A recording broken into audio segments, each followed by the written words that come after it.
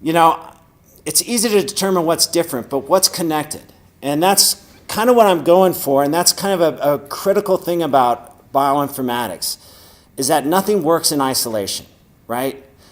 You know, biology is spider webs, and you see all these different, you know, pathways, and it looks like these tubes go, you know, you start with A, it goes to B, and then finally you end up with C, and that's not really how it works. You know, that if I get a list of genes that I think are associated with a particular condition, there should be some elevated level of connectivity between these genes, okay? And that's what kind of bioinformatics is all about. How do we get to this connectivity? How do we find these groups of genes? Because if I find a group of genes that's connected, the odds that it's probably impacting my system go up. Okay, since this is statistics, I pulled out all the statisticians I know. Who's here has heard of Sir Francis Galton? Somebody, give me, two, all right. Where'd you hear about him? I just forgot what he did. I've heard of him. You know what? That's close enough. I'll take that as a success. Yes. He's got some nice sideburns. He does.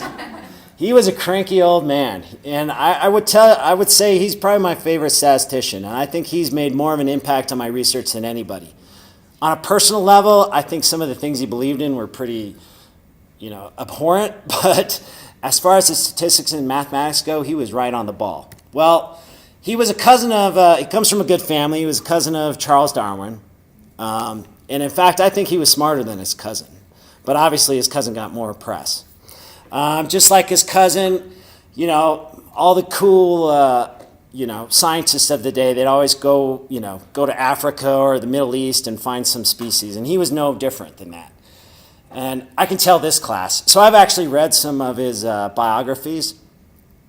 And on one of these trips, there's a letter sent to him. I guess he caught an STD from either a slave girl or a prostitute.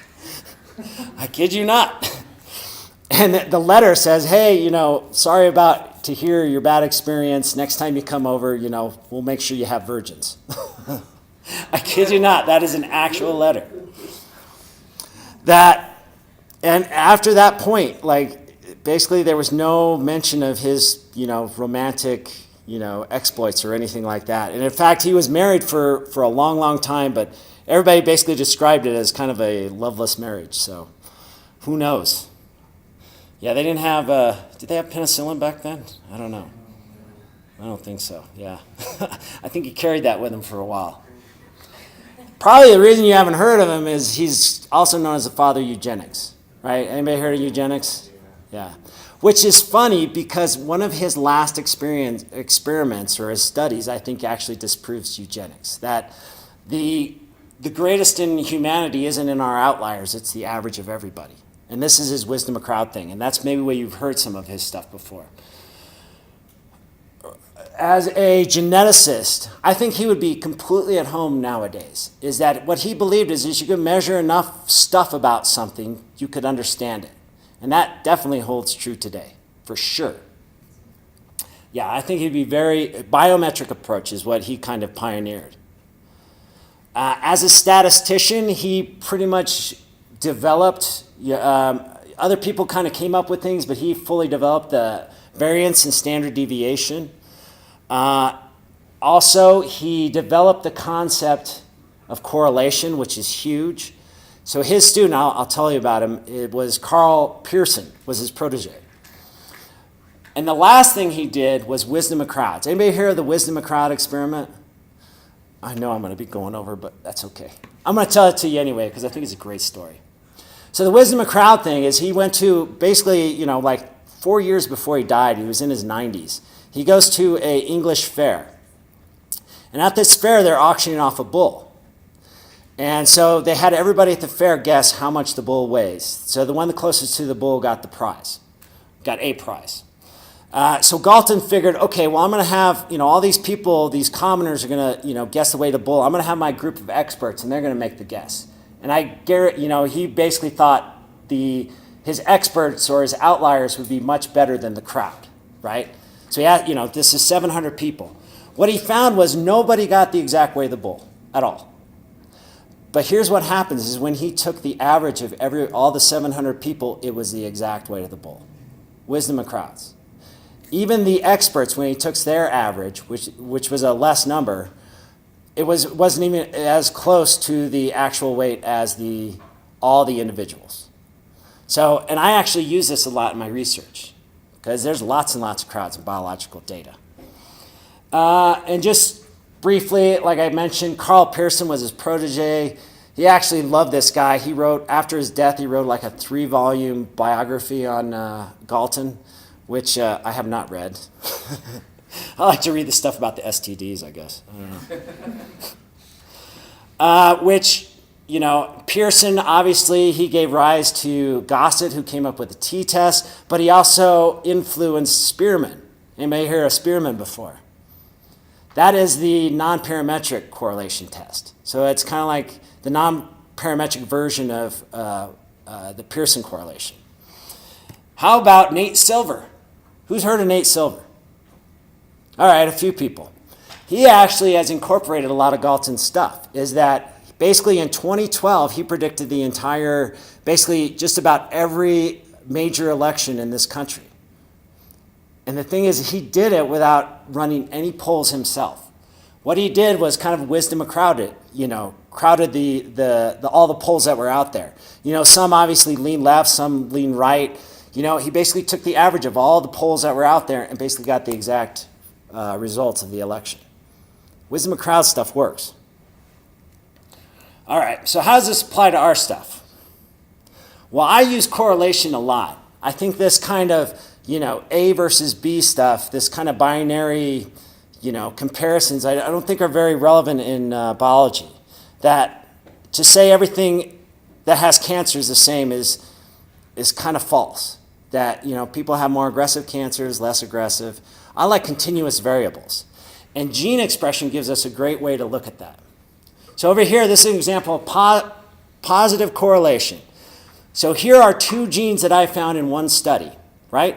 So all these lines represent a single sample. The higher the bar, the higher the gene expression in that sample. Again, 2 different genes. What do you notice about these things? They look kind of similar, right? What would you say about that? 2 genes that when one goes up, the other one seems to go up in the same sample. When it goes down, it goes down. What do you think's going on there? Any ideas? Positive feedback, potentially. Maybe they're working together, right? That not one gene, every biological process in your body pretty much involves more than one gene. Maybe these things are working together, right? Maybe they're buddies, super friends, right? Yeah. I can always tell when the crowd's older because they kind of get this picture. My high school students are like, what is that? That's not how Superman looks. What's that monkey doing there? This was my Saturday morning growing up, by the way. Okay, so, and then we can do the exact, again, these are 2 different genes. Now you'll notice that when one goes up, this other gene seems to go down. They seem to correlate negatively, right? What do you think's going on there? They're against each other. Yeah, the Legion of Doom, maybe they're enemies, right? That one is preventing the other. When one goes up, the other one, it inhibits the other one, and vice versa. And you see this relationship all the time. We can exploit these relationships to find networks that we didn't even know existed in these biological things that we look at. So what about my crowds? So I've utilized this a lot, and I've found 2 really good crowds to kind of play around with this. So I work in lung cancer. So I've got 2 different data sets, and they're all gene expression. One was done at UT Southwestern. They looked at 76 different lung cancer cell lines, right? Which contains about 45,000 probe sets or transcripts that they can measure. I also have another one. This was done with, it was the Broad Institute working with MIT. Well, they basically did 166 lung cancer cell lines, right? And these are about 55,000 probe sets. Again, these are 2 different institutions. These studies were done at 2 different times. And if you actually look at the cells or the cell lines that are common between them, it's about 60% of the smaller data set. So there's some commonality and there's some differences. The nice thing is they both use the same technology to measure mRNA expression. These are my crowds. So what I can do is I can correlate gene expression in one data set, right? Find a bunch of genes that are positively, negatively correlated, do the same thing in the other, and basically take the average and find out what's common to both. Then all those false positives just kind of melt out.